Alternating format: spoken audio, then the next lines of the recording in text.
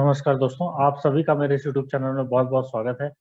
तो दोस्तों, आज के इस वीडियो में हम जो टॉपिक डिस्कस करने जा रहे हैं, हम डिस्कस करने जा रहे हैं कि कोई भी शेयर चुनने से पहले आप ये कैसे डिसाइड करेंगे कि ये एक सही शेयर है, और एक बेहतरीन शेयर चुनने के कौन कौन से पैरामीटर्स हैं, और आप कैसे पहचानेंगे कंपनी को कि ये एक बहुत ही बेहतरीन इन्वेस्टमेंट आपके लिए साबित हो सकता है आने वाले सालों में।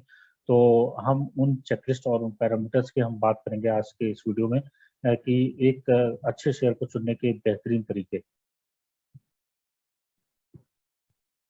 दोस्तों, बने रहिए मेरे इस वीडियो में।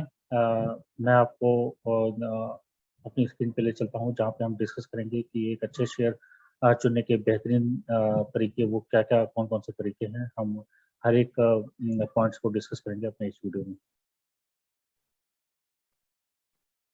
तो दोस्तों, मैं आशा करता हूँ कि आप मेरी स्क्रीन को देख पा रहे होंगे कि हम शेयर के बेहतरीन तरीके को, हम एक अच्छे शेयर को चुनने के लिए हम अपने चेकलिस्ट की बात करने जा रहे हैं, और वो कौन कौन से पॉइंट्स हैं जिनके बेसिस पे हम ये डिसाइड करेंगे कि जो कंपनी हमने सेलेक्ट की हुई है वो एक बहुत ही बेहतरीन कंपनी है, और आपका गोल अचीव करने में वो एक बेहतरीन कंपनी साबित हो सकती है। तो हम बात करते हैं हर एक पैरामीटर्स की। तो जो पहला पॉइंट है वो है क्वालिटी का। तो देखिए, कोई भी शेयर चुनने से पहले, आप कोई भी कंपनी का शेयर खरीदने से पहले जो सबसे पहला पॉइंट है वो आपको क्वालिटी जो है जरूर चेक करना चाहिए कि शेयर एक क्वालिटी कंपनी है या नहीं।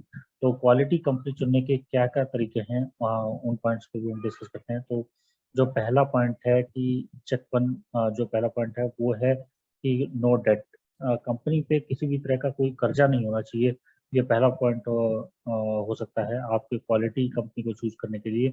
न तो कर्जा लेके कोई बिजनेस करना और कंपनी पे पता लगा कि कंपनी पे 40,000 करोड़ 50,000 करोड़ रुपए का डेट है उस कंपनी के ऊपर, और तो वो कंपनी जो भी प्रॉफिट कमाएगी उसका सारा प्रॉफिट कर्जा उतारने में चला जाएगा, वो आपको रिवार्ड नहीं कर पाएगी। तो इसलिए ये एक बहुत ही बेहतरीन पैरामीटर साबित हो सकता है कि जिस कंपनी को के शेयर को आप खरीदने जा रहे हैं, जिस कंपनी के जिस बिजनेस में आप पैसा लगाने जा रहे हैं, आप ये जरूर देखें कि जो कंपनी है आपने सेलेक्ट की हुई है वो कहीं कर्जे में तो नहीं डूबी हुई है, कि उसका सारा का सारा रेवेन्यू, सारा का सारा जो मार्जिन है, जो प्रॉफिट मार्जिन है, वो कर्ज को चुकाने में जा रहा है, अपने शेयर होल्डर्स को रिवार्ड करने में नहीं जा रहा है। और जो कंपनी ऑलरेडी कर्जे में है वो अपने शेयर होल्डर्स को डिविडेंड पे नहीं कर पाएगी, और अपने कंपनी का जो प्रॉफिट मार्जिन है वो शेयर नहीं कर पाएगी। तो ऐसी कंपनी को से आपको जरूर बचना चाहिए। और अगर कोई कंपनी ऐसी है जिसका बिजनेस ही कर्ज लेके बिजनेस करने वाला है, तो ठीक है। जैसे हम अगर एग्जाम्पल में देखें तो जैसे बैंक्स हो गए, तो बैंक्स का तो ये बिजनेस ही ये होता है कि वो लोगों के डिपॉजिट्स लेते हैं, और डिपॉजिट्स लेते हैं तो उनपे वो आरबीआई से पैसा लेते हैं और बहुत जगह से पैसा लेते हैं। तो वो उनका तो बिजनेस ही पैसा जो है कर्ज लेके बिजनेस करने का है, तो वो ऐसी कंपनी को आप छोड़ सकते हैं। और अदरवाइज कोई और ऐसी कंपनी, जैसे कोई स्टील कंपनी है, या कोई सीमेंट कंपनी है, या कोई किसी और तरह की कोई कंपनी है, एफएमसीजी कंपनी है, और कोई आईटी कंपनी है, अगर इनमें कर्जा हो, या किसी और सेक्टर में बैंकिंग और फाइनेंशियल को छोड़ के अगर किसी और सेक्टर में कर्जा हो, तो आपको ऐसी कंपनी को लेने से जरूर बचना चाहिए। हम दूसरे पॉइंट चेक टू की पॉइंट की बात करेंगे क्वालिटी में। तो जो कि कैश रिच, आपको ये देखना चाहिए कि जो जिस कंपनी का शेयर आप लेने जा रहे हैं वो कैश रिच है कि नहीं। तो कंपनी का कैश रिच होना बहुत जरूरी है कि कंपनी के पास अगर कैश होगा तो वो जरूर उसे अपने शेयर होल्डर्स में बांट सकती है, या अगर उसे कोई कंपनी का कोई ग्रोथ प्लान होगा तो उसमें भी यूज कर सकती है। तो कैश, कंपनी के पास एक अच्छा खासा कैश, और वो कैश मेंटेन होना जरूरी है over the period of time. कहीं ऐसा ना हो कि कंपनी के पास अभी तो कभी तो 50,000 करोड़ का कैश था, फिर 5 साल में फिर कैश घट के बिल्कुल जीरो हो गया, फिर कंपनी माइनस में चली गई, फिर दोबारा से 25,000 करोड़ का कैश हो गया। फिर तो ऐसा मतलब फ्लक्चुएटिंग नहीं होना चाहिए कंपनी के पास, एक कांस्टेंट कैश, और कैश बढ़ता रहे तो वो और भी अच्छा है। और कांस्टेंट कैश कंपनी को जरूर मेंटेन करना चाहिए। तो आप ये भी पॉइंट देख सकते हैं। और जो चेक किया जाता है वो गुड मैनेजमेंट।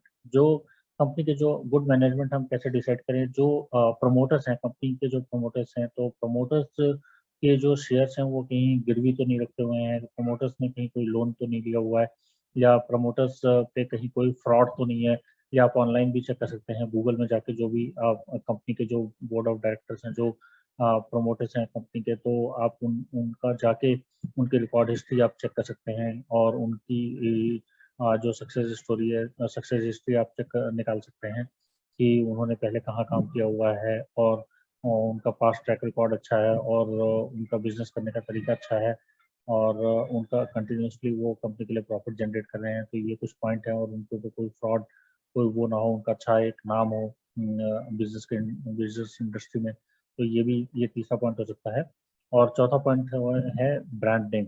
ब्रांड नेम की बात करें तो जैसे कंपनी की एक ब्रांड वैल्यू होनी चाहिए कि ब्रांड नेम से ही लोग उसकी चीज़ को प्रेफर करते हों।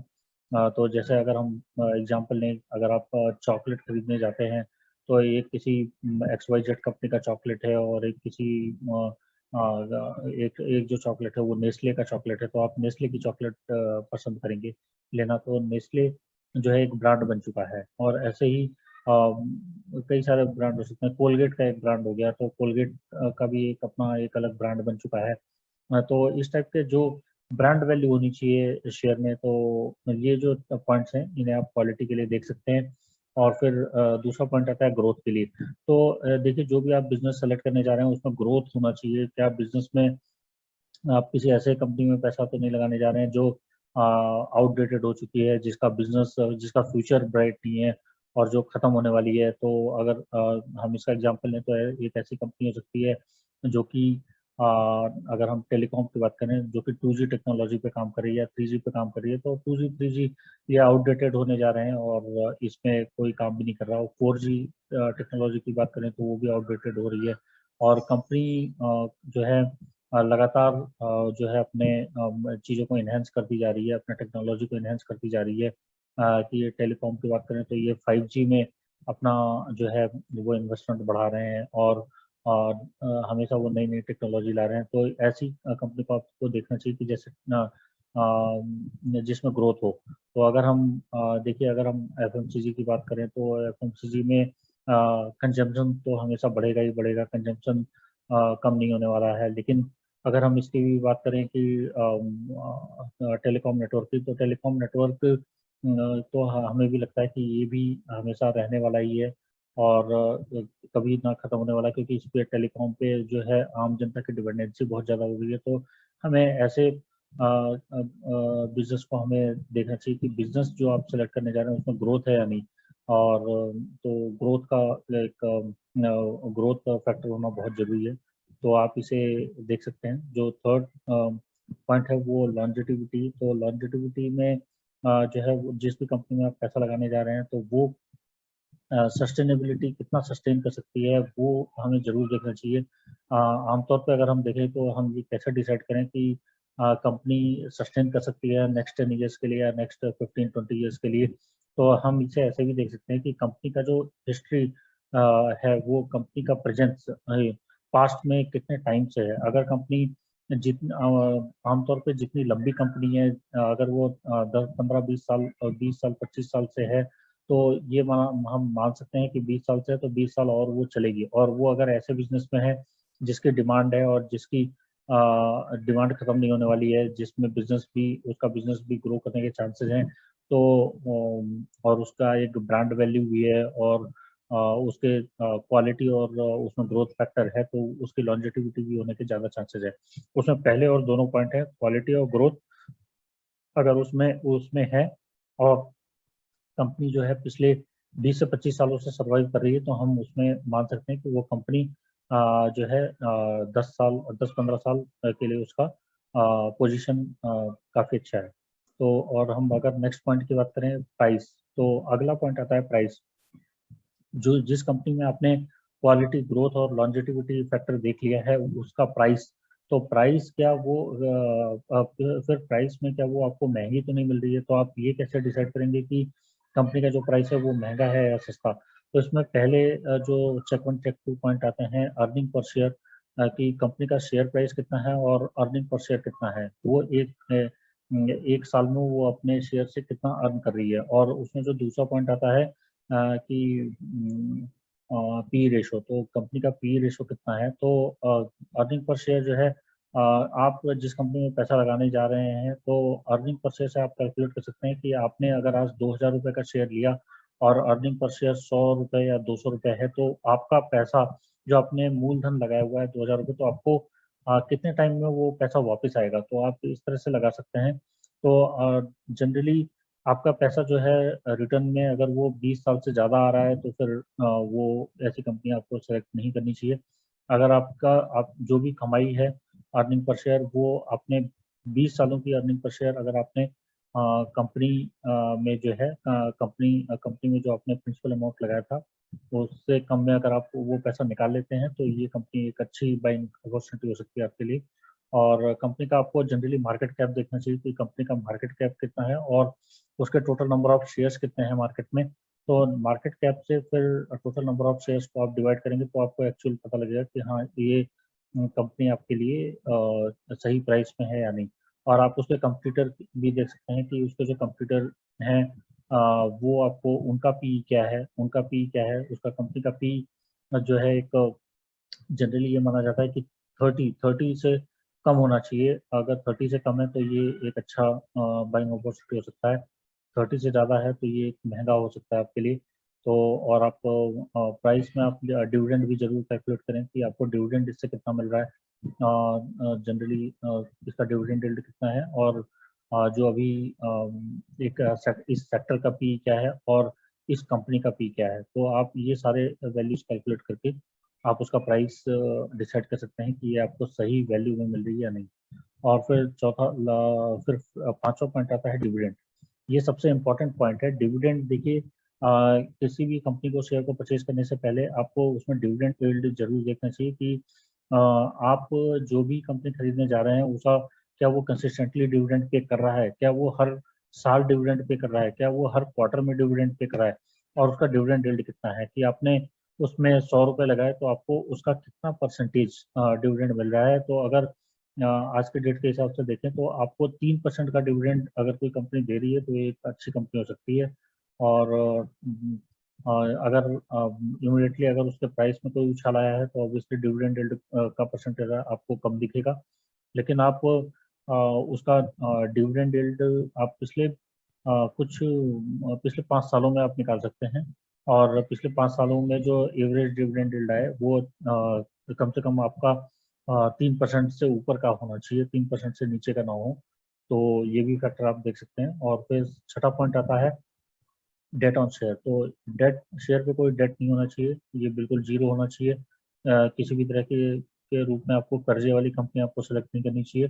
सातवां पॉइंट आता है हिस्टोरिक प्रेजेंस। तो कंपनी का जो प्रेजेंस है वो 20 साल से ज़्यादा का होना चाहिए। ऐसी कंपनी में आपको भरोसा करना चाहिए जो पिछले 20 सालों से जिनकी प्रेजेंस है और जो कंटिन्यूसली अपने आप को इम्प्रूव करते जा रहे हैं और नई नई टेक्नोलॉजी को अडॉप्ट करते जा रहे हैं, नए टेक्नोलॉजी में अडॉप्ट करके उनमें काम कर रहे हैं, अपने फ्यूचर में काम कर रहे हैं कि कंपनी का फ्यूचर उससे अच्छा होना चाहिए और कंपनी में ग्रोथ अपॉर्चुनिटीज अच्छी होनी चाहिए। तो अगर हम 8वें पॉइंट की बात करें तो इसमें पास्ट परफॉर्मेंस, तो कंपनी का आप पास्ट परफॉर्मेंस जरूर चेक करें कि कंपनी ने पिछले 10 से 20 सालों में उन्होंने कितनी वेल्थ क्रिएट की है और कितना उन्होंने डिविडेंड डिस्ट्रीब्यूट किया है। इसका भी कैलकुलेशन करना आपके लिए बेहतरीन साबित हो सकता है कि 10 से 20 सालों में उन्होंने कितनी वेल्थ क्रिएट की है। और क्या वो फिर आप 5-5 साल के ब्लॉक में भी उसे डिवाइड कर सकते हैं कि 5-5 साल में उन्होंने कितनी कितनी वेल्थ क्रिएट की है। तो उसे भी डिवाइड करके आप ये पास्ट परफॉर्मेंस उनका चेक कर सकते हैं। और जो नाइन्थ पॉइंट आता है वो आता है प्रोमोटर्स होल्डिंग। तो देखिए प्रमोटर्स होल्डिंग, जो कंपनी के जो प्रमोटर्स हैं उनका अपनी कंपनी में कितना भरोसा है, क्या उनकी होल्डिंग कंपनी के 50% शेयर पे है। जनरली ये माना जाता है कि अगर कंपनी के प्रमोटर्स ने कंपनी में 50% की शेयर होल्डिंग बना रखी है तो एक अच्छा ये पैरामीटर साबित हो सकता है कि कंपनी के प्रमोटर्स का जो है वो काफ़ी भरोसा है अपनी कंपनी में ग्रोथ ग्रोथ का। तो इसलिए आप ऐसी कंपनी को जरूर सेलेक्ट कर सकते हैं और जिसमें ये फैक्टर जितना ही बढ़ता जाए उतना ही अच्छा है। अगर किसी कंपनी में 75% शेयर्स प्रमोटर्स के पास हैं उसे जरूर आप लीजिए। और किसी कंपनी में 80% 90% है तो उसे आप जरूर सेलेक्ट करिए। और रिटेल इन्वेस्टर का होल्डिंग जितना कम है और प्रोमोटर्स का होल्डिंग जितना ज़्यादा है, एफआईआईज का होल्डिंग जितना ज़्यादा है, डोमेस्टिक डीआईएस का डोमेस्टिक इंस्टीट्यूशनल इन्वेस्टर का होल्डिंग जितना ज़्यादा है, तो ये तीनों का होल्डिंग ज़्यादा होना चाहिए और रिटेल इन्वेस्टर का होल्डिंग कम होना चाहिए। कहीं ऐसा ना हो कि रिटेल इन्वेस्टर की होल्डिंग 90-95% है, सारे शेयर्स जो है पब्लिक ने ले रखे हैं और किसी भी प्रमोटर्स या एफआईआईज ने या डीआईएज ने उनमें होल्डिंग नहीं बना रखी है, तो फिर कभी भी शेयर में कोई नेगेटिव न्यूज आने से पब्लिक तो पैनिक कर जाएगी और वो शेयर्स को सेल करने लगेंगे। तो आपको ऐसी शेयर में होल्डिंग करने से बचना चाहिए कि जिसमें पब्लिक होल्डिंग 90 या 95% और प्रोमोटर्स की होल्डिंग ना के बराबर है। तो और अगर हम 10वां पॉइंट की बात करें, कम्पिटिटिव एडवांटेज, तो देखिए कंपनी की कम्पिटिटिव एडवांटेज होनी अपने पीएस में बहुत ज़रूरी है कि कहीं ऐसा तो नहीं है कि उसके जो कंपटीटर्स हैं वो उसका मार्केट शेयर खा सकते हैं और वो उसे कड़ी टक्कर दे सकते हैं और उसके रेवेन्यू जनरेट करने में प्रॉब्लम आ सकती है। तो और कंपनी का जो उसमें आपका पहला पॉइंट ये भी चेक कर सकते हैं कि जो चेक वन पॉइंट की मोनो कंपनी का बिजनेस मोनोपोली बिजनेस टाइप होना चाहिए कि इसमें कोई और प्लेयर नहीं है इस सेक्टर में और इसमें जो है एंट्री बैरियर्स हैं, कोई और प्लेयर इसमें इजीली आ नहीं सकता है। तो ऐसे मैं अगर कुछ कंपनीज का एग्जांपल लूँ तो जैसे एग्जांपल लेते हैं कि सिगरेट्स का, तो देखिए सिगरेट्स में अगर हम देखें तो एक तरह से आईटीसी की मोनोपोली है। तो आईटीसी के पास 80% जो है मार्केट है सिगरेट का और 80% मार्केट है सिगरेट का और इसमें कोई भी नई कंपनी इस स्पेस में आने के लिए उसे बहुत सारे अप्रूवल्स लेने पड़ेंगे और बहुत सारे इजी नहीं है। गवर्नमेंट के अपने रिस्ट्रिक्शंस हैं, तो जो कंपनी ऑलरेडी उस स्पेस में है तो आपको ऐसी कंपनी जरूर देखनी चाहिए। और अगर हम दूसरे स्पेस की बात करें तो जैसे आईआरसीटीसी का जो बिजनेस है वो भी एक मोनोपोली टाइप का बिजनेस है, उसमें हर कंपनी उसमें आ नहीं सकती है। और अगर ऐसे ही अगर हम बात करें तो जैसे एक एक कंपनी होगी सीडीएसएल, तो सीडीएसएल का भी जो बिजनेस है वो भी मोनोपोली टाइप का है, उसमें भी एंट्री बैरियर्स हैं, दूसरी कंपनी इजीली नहीं आ सकती है। और अगर हम ऐसे देखें तो जो अगला जो चेक पॉइंट है वो है मार्केट शेयर का। तो मार्केट शेयर जो कंपनी आप सिलेक्ट करने जा रहे हैं उस बिजनेस में उस कंपनी का मार्केट शेयर सबसे ज़्यादा होना चाहिए। कहीं ऐसा ना हो कि मतलब उसके जो पीएस हैं, जो कंपनी आप सेलेक्ट करने जा रहे हैं उसका तो मार्केट शेयर 10% का ही है, उसके जो पीयर्स हैं उनका 20, 20, 30, 40 ऐसे ऐसे करके है। तो आप 10% मार्केट शेयर वाली कंपनी को मत चूज करिए, आप चूज करिए जो 50% से ज़्यादा जिसका मार्केट शेयर हो।